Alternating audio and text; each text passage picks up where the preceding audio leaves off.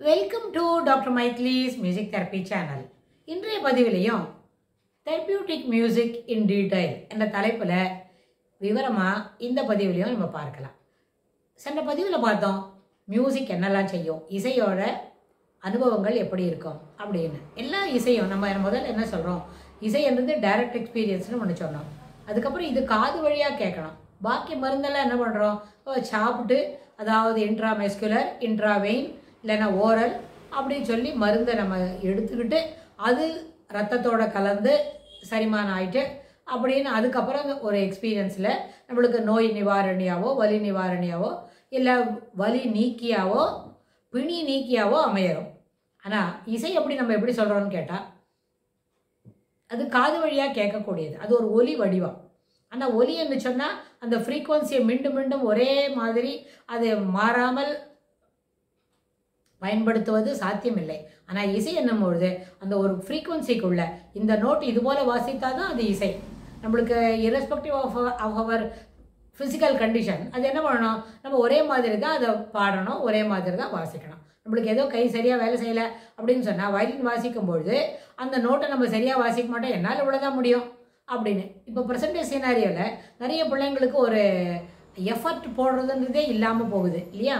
அவங்களால ஏதோ சுமாராக செய்கிறாங்க, அவ்வளோதான் என்னால் முடியும் அப்படி சொல்கிறாங்க. ஆனால் அப்படி உள்ளவங்களுக்கு இசை எந்த விதமான பயனும் அளிக்கிறதுக்கு வாய்ப்பு இல்லை. ஏன்னா அவங்கள கூப்பிட்டு நம்ம தெரப்யூட்டிக் மியூசிக் வாசித்துட்டு இப்படி இந்த நோட்டை சஸ்டெயின் பண்ணி இந்த நோட்டில் நின்று வாசி அப்படின்னு சொன்னால் அவங்க அதுக்குள்ளே போகவே மாட்டாங்க.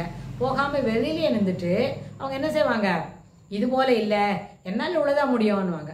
அவங்களால அவ்வளோ முடியுமா இருக்கலாம், பட் அது இங்கே முடிய வேண்டிய இடம் நிறைய இருக்குது. அதனால் those mind set is not sufficient, it's not adequate to do this work அப்படின்னு நம்மளுக்கு புரிய வரும். அப்போ நாம் என்ன செய்யணும், அவங்கள கூப்பிடாம நம்ம சொல்கிற பிரகாரம் வாசிக்கிறவங்களுக்கு, அதாவது இசையை மருந்து போல் பயன்படுத்தணும்னு சொன்னால் அதுக்கு உண்டானக்கு என்ன பண்ணணும், ஒரு ஆயுர்வேதிக் மருந்து இருக்குது. ஒரு ஆயுர்வேதத்தில் சில சொல்கிற மூலிகையெல்லாம் போட்டு அதெல்லாம் நல்லா நம்ம கல்வத்தில் மனம் கோணாமல் இந்த மருந்து நோயாளிக்கு கொடுக்கும்பொழுது அவங்களுக்கு சுகவீனத்திலேருந்து சுகமாக மாறணும் அப்படின்ற ஒரு பாசிட்டிவ் மைண்ட் செட்டோட அந்த எண்ணெய் ஓட்டத்தோட கடவுள் மேலே நம்பிக்கையை வச்சு அந்த கல்வத்தில் அந்த மருந்தை அரைச்சாதான் அந்த மருந்து போல் பயன்படும். இல்லாட்ட வெறும் சூர்ணம் தான் அது.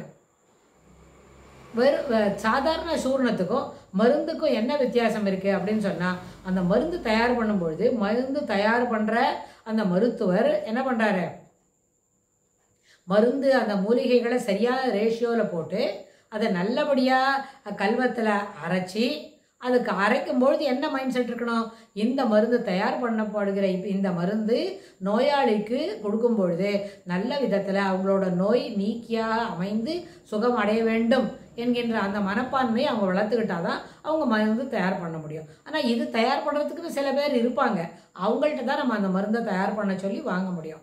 எல்லாரும் தெருவில் போகிறவங்க எல்லாரும், அதாவது டாம் டிக் அண்ட் ஹாரி அப்படின்னு ஆங்கிலத்தில் ஒரு வார்த்தை சொல்லுவாங்க, யார் வேணாலும் மருந்தை தயார் பண்ண முடியாது. அவங்கவுங்க சொந்த சௌகரியத்துக்கு மருந்து தயார் பண்ண முடியும். அதில் அவங்களுக்கு எத்தனை அளவுக்கு நெகட்டிவ் ஆஸ்பெக்ட்ஸ் இருக்கோ அதுக்கு தகுந்த மாதிரி தான் அந்த மருந்து பலன் அளிக்கும். அப்புறம் இதில் இன்னொரு முக்கியமான விஷயம், ஆயுர்வேதிக் மருந்து, ஆயுர்வேதம் சொல்லக்கூடிய மருந்துகளை தயார் பண்ணும்பொழுது அதில் வாதம் பித்தம் கபம் என்கின்ற 3 அடிப்படையில் தான் இந்த சரீரத்தை அவங்க பிரிச்சிருப்பாங்க. அதுக்கு மேலே பித்தம் மேலிட்டு எப்படி இருக்கும், வாதம் மேலிட்டு எந்த வயசில் இருக்கும், அப்புறம் கபம் எந்த வயசில் மேலிட்டு இருக்கும். அந்த மேலிட்டு இருக்கும்பொழுது அதுக்கு தொடர்புடைய மருந்து அதை சப்சைட் பண்ணி நோயை நீக்கக்கூடிய இருக்கிற மருந்து தான் அவங்க எதிர்பார்த்து கொடுக்கணும். சாதாரணமாக ஒரு ஆயுர்வேத மருந்து யார் வேணால் எடுக்கக்கூடியது, பொதுவாக உள்ளது சிலதான். அது நம்மளுக்கு முக்கிய அளவுக்கு என்ன ஓடிக்கணும், பயனளிக்க வேண்டும் என்று சொன்னால் முதல்ல நம்மளோட சரீரத்தில் அந்த நாடியை பிடிச்சி பார்த்து வாத நாடி எந்த வேகத்தில் போகிறது, அதுக்கப்புறம் கப நாடி எந்த அளவில் எந்த ஸ்பீடில் போகிறது அப்படின்றத தெரிஞ்சுக்கிட்ட பிறகு நம்ம மருந்து தயார் பண்ணி கொடுக்கறது ரொம்ப பலன் அளிக்கமாக இருக்கும். ஆனால் அதுபோல் அந்த வாதம் பித்தத்தை நம்ம சரி பண்ணி அதை நேராக்கும் பொழுது அப்பொழுது இசை ஒரு நல்ல மருந்தாக பயன்படும். எப்படியெல்லாம் இசை பயன்படுத்த முடியும்னு சொன்னால், இங்கே நம்மளோட மருத்துவம் இருக்கு இல்லையா, உள்ள கிளினிக் இருக்கே, அங்கே அதை பற்றி பார்த்தா தான் அது தெளிவாக நம்மளுக்கு புரியும். ஆனால் தொடர்ந்து இதுக்கு தொடர்புடைய செய்திகளை நம்ம பார்த்துக்கிட்டு வரலாம். All aspects of theoretical inputs இருக்கே, அது எல்லாமே நம்ம இந்த பதிவில் பகிர்ந்துக்கலாம்னு தான் ஒரு மனப்பான்மையில் இருக்கிறோம். இது தொடர்புடைய செய்திகளை வரப்போகிற பகுதிகளிலும் பார்க்கலாம். தேங்க்ஸ் ஃபார் வாட்சிங்.